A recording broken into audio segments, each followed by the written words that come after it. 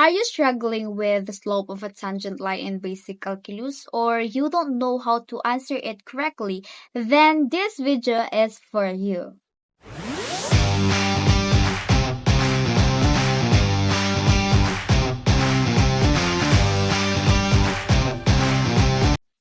Before we start, I'm Fiverca T. Aure, a student of TCCS TFI. So our objectives or the video's objectives is to firstly to know what is the slope of a tangent line. Secondly, how solve it in an easy way since I'll provide a given with explanation. Lastly is this video could also help you to factor out since in terms of finding the slope of a tangent line, you need to factor out which factoring is very important in slope of a tangent line.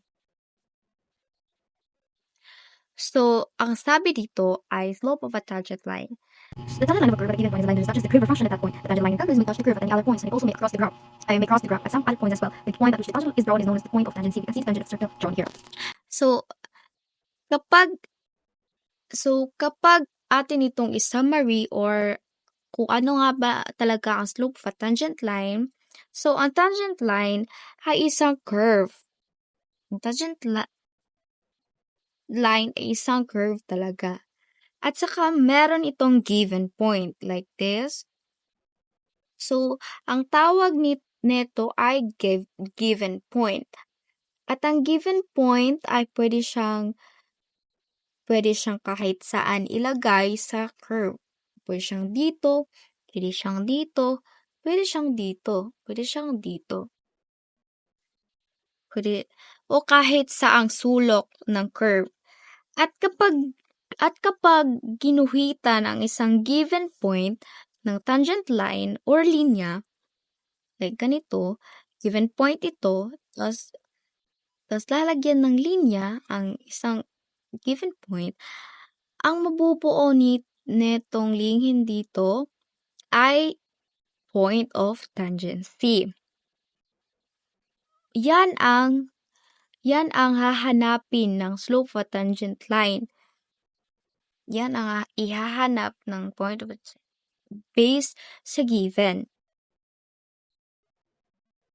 So, ganun lang yun.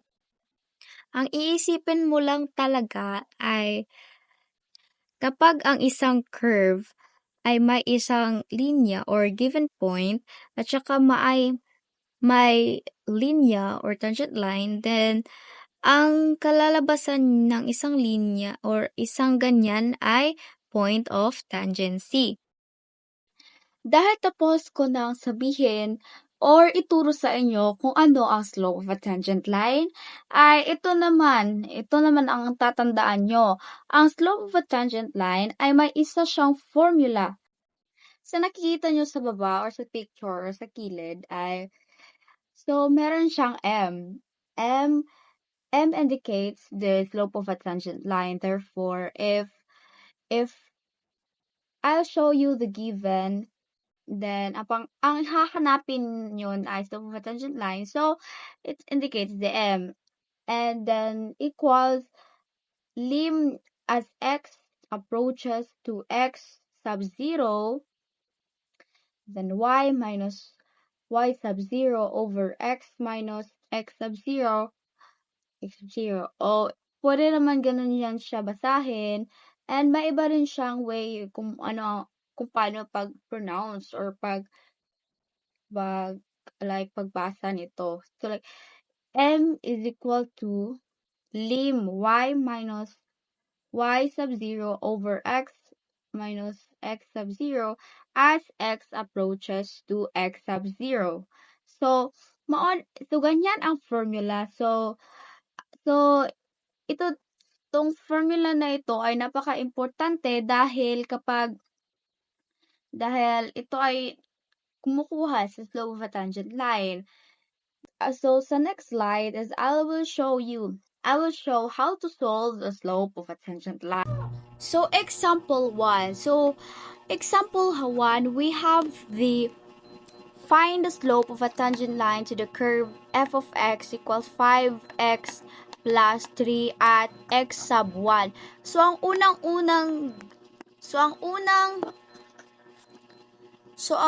gagawin nito ay hanapin muna ang given. So firstly is hanapin ang given hanapin ang given. So since our given is this at x equals to 1, so automatic our x sub 0 is 1 since the given is at x is equals to 1. So sa f of x naman ay automatic na siya ang y. Kasi nga sa formula natin meron siyang y. So if given na ang f of x, then automatic ay magiging y siya sa formula ng slope of a tangent line. So ang ating y is, or f of x ay 5x plus 3. So andito siya, muna na. Ganyan na yan siya. So and then in order to find the y sub 0 is you just need to substitute it. Like kumbaga ang x ay i-change siya at the given x. And since we have 5x plus 3 here, then we will just substitute the numbers. So 5 and then ilisan ng x into 1 andito since natong x sub 0 is 1.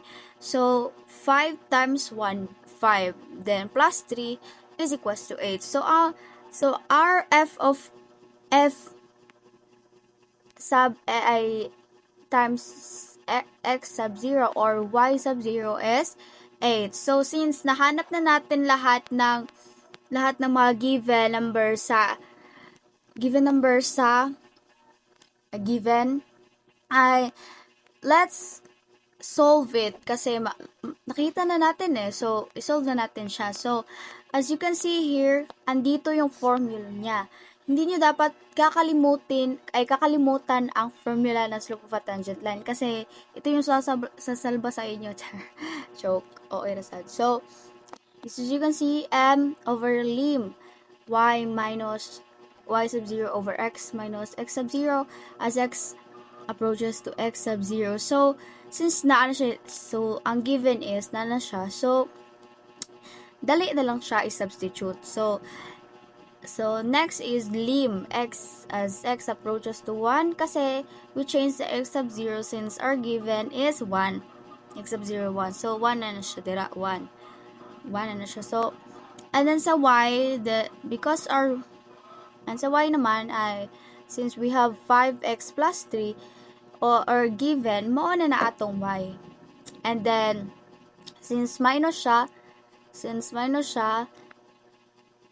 and then ang y sub 0 ay 8. So anong minus na siya? It's because the formula of a tangent line is minus yun na siya dira. Even if positive or ganun. So minus yun na siya. So and then sa next or sa dito ay x minus 1. Naging x minus 1 yan siya kasi ang x sa formula ay constant yan siya. And then our given x or x sub 0 is 1. And then the formula is minus, so minus, automatic minus yan siya. And next is since and next is limit x as x approaches to 1. And since ang 5x is naa siya variable, then wala po siya kapares na variable, then isa na siya ang ilagay na, which is 5x and then 3 minus 8. So 3 minus 8 is, wait, so I have a calculator here para ma-sure siya. So para ma-sure siya guys, kasi baka mamali ako kasi tao lang din naman. And then 3 minus 8. So, ang 3 minus 8 ay equivalent siya sa negative 5. And since negative 5 yan siya, dito ay, since negative 5 yan siya, so, ang gagawin nyo ay, ang sign ay magiging minus, or ganun, kasi negative. So, 5x minus 5, and then, still, ganun pa rin yung sa baba, yung x minus 1. And, andito na. Ito na ang factoring. Dito na lalabas ang factoring. Factoring, tsara. So, dito na lalabas ang factoring. And since nakita na natin to, ganyan, sa factoring na naman tayo. So, ilalabas natin ang 5. Ay kapag nagsosolve kayo ng ganito, ay dapat andito pa rin yung limit as x approaches to 1. Kasi, change lang yan siya if na-substitute na yan siya. So, let's get back.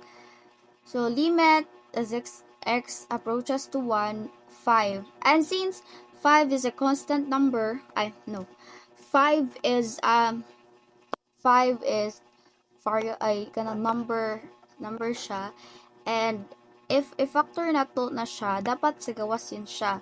Sa paggawas, dapat na siya ibutang.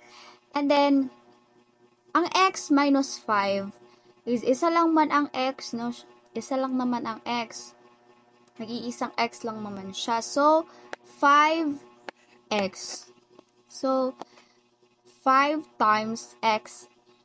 And then, maghahanap, and then, if anong number ang ita-times sa 5 na ang lalabas ay negative 5, diba? If 5 times negative 1, ang lalabas niyan ay negative 5. Let's 5 times negative 1. So, ang lalabas niyan ay negative 5. Kasi if i-substitute and kasi if igaganon niya natin siya ay ganon, then ang lalabas niyan ay 5 over x minus 1. And since 5 times negative 1, ang lalabas ay negative 1, so ang ilalagay natin na i-prepare natin sa 5 ay ang negative 1. And para din ma-cancel out ang nasa baba. Kasi bakit tayo nagfa-factoring is that para ma-eliminate yung nasa baba ng slope or ng given. Kasi yun. Kasi if isipin nyo lang na bakit tayo nagfa-factoring sa slope of a tangent line, kasi para ma-eliminate yung nasa babang number or ganto. Okay? And since magkapareha nga sila, then i-cancel out sila both. And since wala namang x or wala nang x ang natira, nga i-substitute ang 1. So therefore, muditsu na ta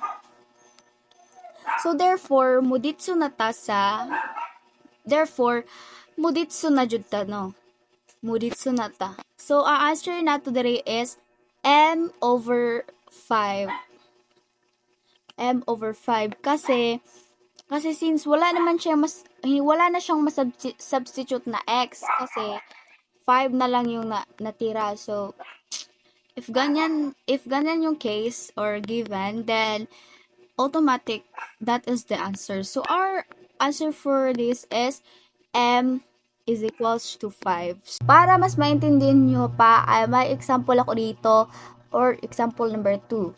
At ito ay, find the slope of a tangent line to the curve f of x equals square root of x plus 3. So, diba, like I've said before, ang uunahin ay we will find the given, or we identify the given. So, our given in here is f of x equals square root of x plus 3 at x equals 1, that is the given number. And then, since Rx is equals to 1, then that would automatically Rx sub 0 is equals to 1. So, and then ang Rf of x is equals to square root of x plus 3, then that is our, since mao yun, then that is r y or f or y or f sub x. And then next thing, and next is we need to find the y sub 0, and our y sub 0 is 2, since we substitute all the x into 1 kasi that is the given. So that would equals to 2, and that is our y sub 0. And next step is we need to write down the formula of a slope of a tangent line. Kasi ganun yun. And then next is we need to substitute the given. And ang importante lang talaga ay ang isipin nyo din ay hindi nyo i-change yung limit.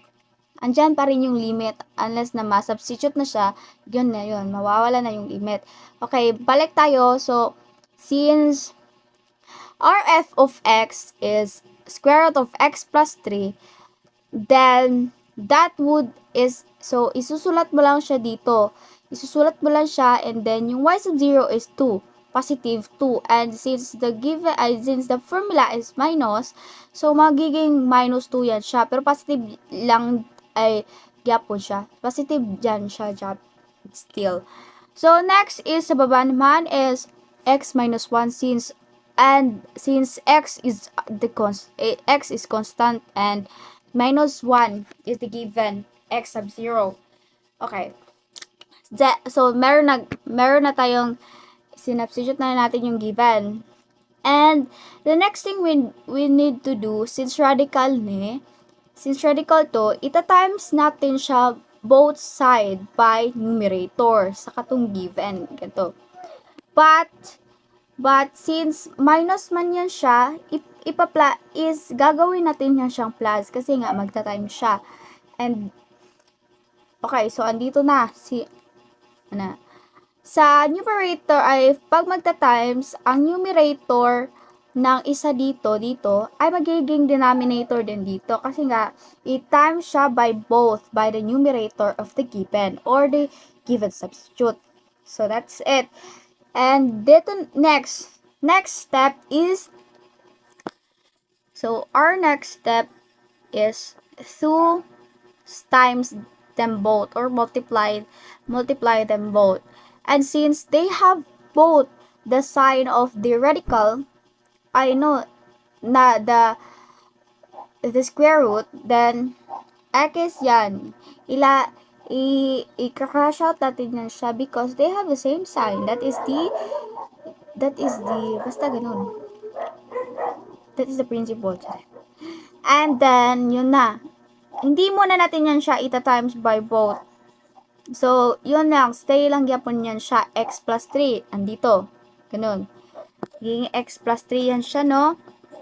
And then, kasi may x yan. Since may x sila both. So, next is negative 2 times positive 2.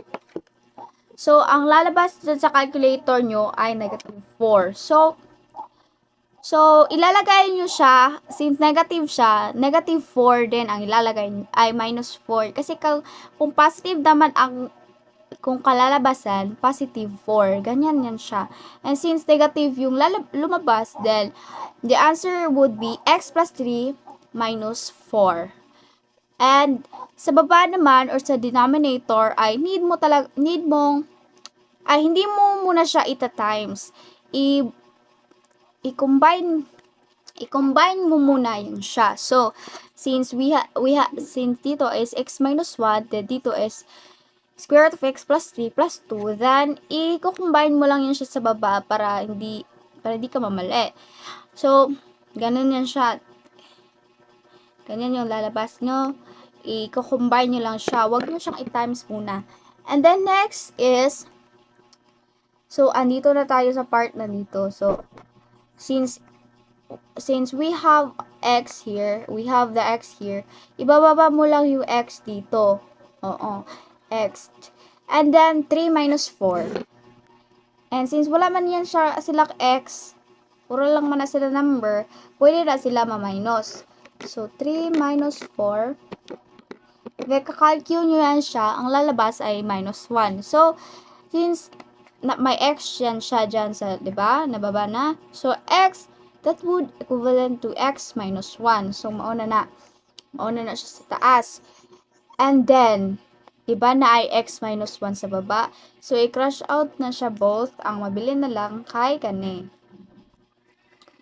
And since x, so nga na 1 yun siya, is because x minus 1, ay, although na-crush out na siya, ma-divide man siya both. So, mahimo na siyang 1. Andyan.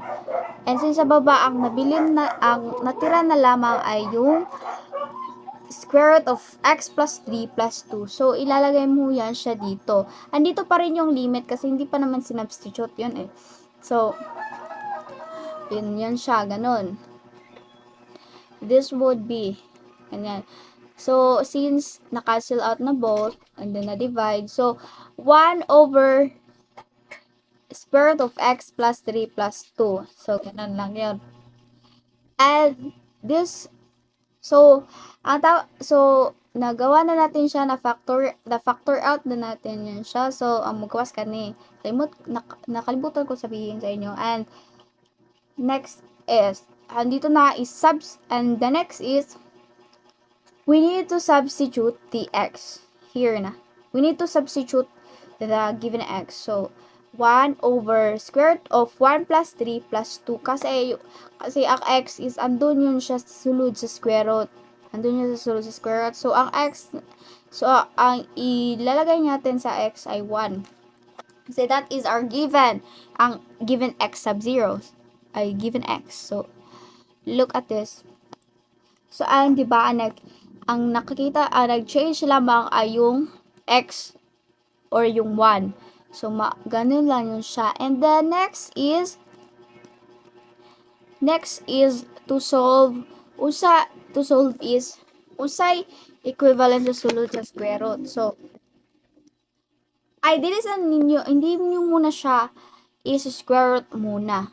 So, 1 plus 3 like daan dyan. So, 4 siya. Pero mandun pa rin yung radical ay yung square root. So, square root of 4 is square root.